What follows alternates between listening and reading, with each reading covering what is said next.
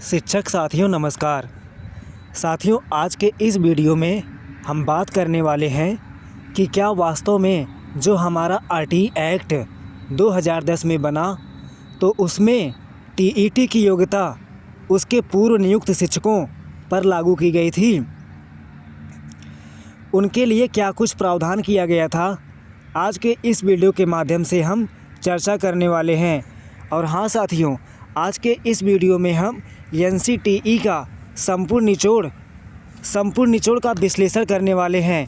तो साथियों, इस वीडियो को अंत तक बिना स्किप किए हुए बिल्कुल ध्यान से सुनिए।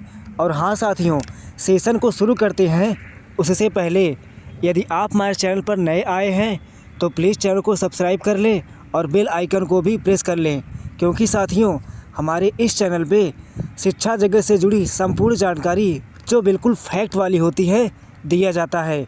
तो उम्मीद करता हूँ साथियों आप सभी ने चैनल को सब्सक्राइब कर लिया होगा। तो आइए साथियों शुरू करते हैं आज का यह सेशन।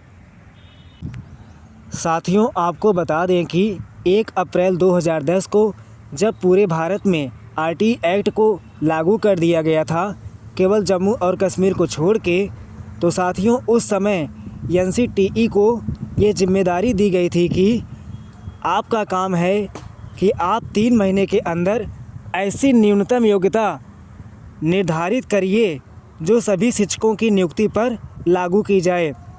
और साथियों इसी क्रम में 23 अगस्त 2010 को एनसीटीई का और आरटी एक्ट का पहली बार अधिसूचना जारी होती है, जिस अधिसूचना में स्पष्ट रूप से ये उल्लेख था कि टीईटी की अनिवार्यता आज के बाद जो भी शिक्षक नियुक्त होगा उस पर अनिवार्य रूप से लागू रहेगी। लेकिन साथियों इसका जो पैरा 5 था वो इससे पूर्व नियुक्त शिक्षकों के बारे में कुछ कह रहा था। साथियों निश्चित रूप से 23 अगस्त 2010 को जो नोटिफिकेशन जारी किया गया था उसमें कुछ कमियां थी। उन कमियों को दूर करते हुए एक अमेंडमेंट नोटिफिकेशन 29 जुलाई 2011 को लाया गया, जिसमें जो 23 अगस्त 2010 की जो कमियां थी उन कमियों को दूर करने का काम किया गया था। साथियों आपको बताते चले कि उन्हीं कमियों में जो 23 अगस्त 2010 का नोटिफिकेशन था उसका पैरा 5 पूर्णतः समाप्त कर दिया गया। उसकी जगह पर नया पैरा 5 ऐड किया गया और उसके 2 सब क्लॉजेज को उसमें ऐड कर दिया गया था। तो साथियों इस पैरा 5 को 2 भागों में बांटा गया। साथियों पैरा ए समय और भर्तियों से संबंधित था और पैरा बी विषय आधारित नियम से संबंधित था। साथियों इसको थोड़ा और डीप में समझेंगे तो आप देखेंगे कि जो सब पैरा 5 था जो 29 जुलाई 2011 के अमेंडमेंट में जोड़ा गया था, उसके सब पैरा 5 में जो टाइम बाउंडेड वाली बात की गई थी उसमें स्पष्ट रूप से कहा गया था कि यदि भर्ती का विज्ञापन 29 जुलाई 2011 से पहले जारी हो चुका है तो नियुक्ति प्रक्रिया पुरानी प्रक्रिया के तहत ही होगी। यानी 29 जुलाई 2011 के पूर्व अगर आपका विज्ञापन जारी हो चुका है तो आपकी नियुक्ति एनसीटीई रेगुलेशन 2001 के तहत ही होगी। साथियों ये 2011 का जो अमेंडमेंट नोटिफिकेशन जो 29 जुलाई 2011 को जारी किया गया था, जो उसमें स्पष्ट रूप से पैरा 5 के भाग ए में कहा गया है। साथियों इस बात को आप सभी गंभीरता से समझिएगा। अब आइए साथियों आगे बात करते हैं कि पैरा बी में क्या कहा गया है। साथियों जो पैरा बी था वो विषय आधारित नियम बनाता था।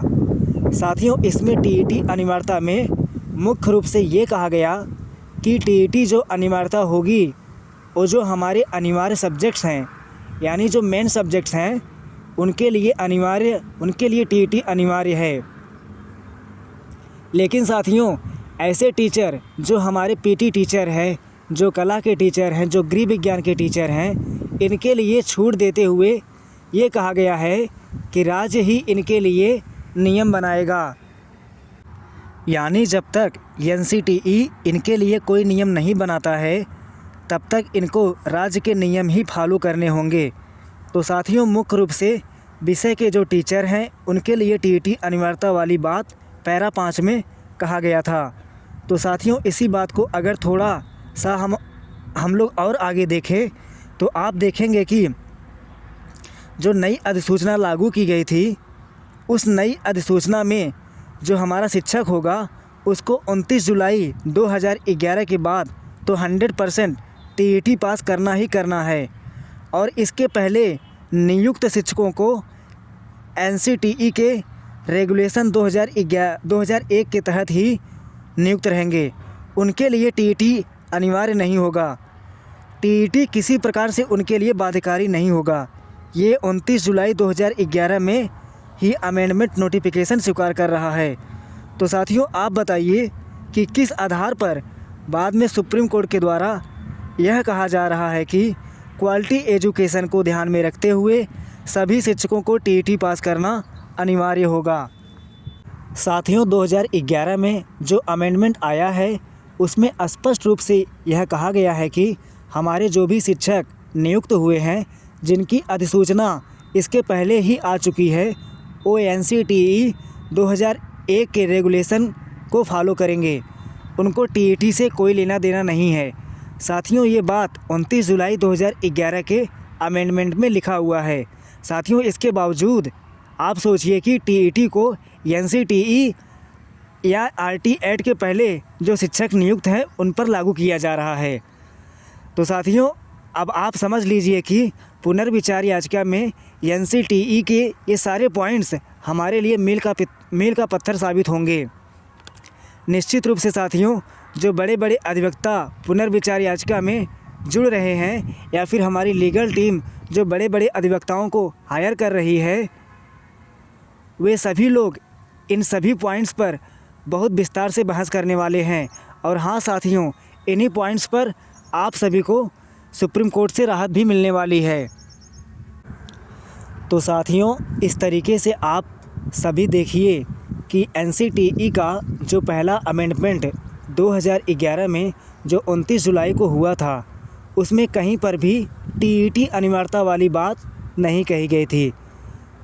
स्पष्ट रूप से उसमें ये लिखा हुआ है कि इनके बाद जो नियुक्तियां होंगी उन नियुक्तियों में टीईटी की अनिवार्यता होगी। लेकिन इनके पूर्व जो नियुक्त हो चुके हैं या जिनका विज्ञापन आ चुका है या जो इनके पहले नियुक्त होकर नौकरी कर रहे हैं, उनके लिए टीईटी बाध्यकारी नहीं होगा।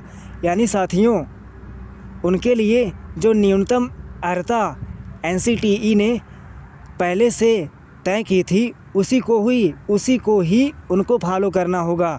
यानी उनकी नौकरी सेफ है।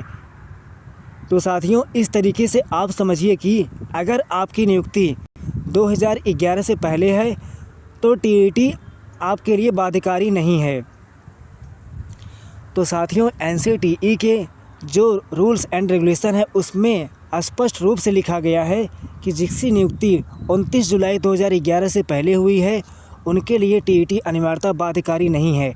और हाँ साथियों, यदि किसी भी टीचर की नियुक्ति 29 जुलाई 2011 के बाद हुई है तो उनको टीईटी देना ही देना होगा किसी भी कंडीशन में। लेकिन साथियों, जिनकी नियुक्ति 29 जुलाई 2011 के पहले हुई है उनके लिए टीईटी बाध्यकारी नहीं होगा। तो साथियों, ये जो एनसीटीई के सारे पॉइंट्स हैं पुनर्विचार याचिका में हमारे जो बड़े बड़े अधिवक्ता, जो हमारी लीगल टीम बड़े बड़े अधिवक्ताओं को हायर की है, ये एनसीटीई के सारे पॉइंट्स हमारे बड़े बड़े अधिवक्ता सुप्रीम कोर्ट में इस पर बहुत ही डीप में विस्तार से बहस करेंगे। तो साथियों, इसी पॉइंट से एनसीटीई के इन्हीं बिंदुओं पर हमें मतलब सुप्रीम कोर्ट से राहत मिल जाएगी। यानी आप सभी को एनसीटीई के इन्हीं बिंदुओं से राहत मिल जाएगी टीईटी अनिवार्यता से। तो शिक्षक साथियों, घबराने वाली कोई बात नहीं है। एनसीटीई में बिल्कुल साफ साफ लिखा गया है कि 2011 से पहले नियुक्त शिक्षकों के ऊपर टीईटी बाध्य नहीं होगा।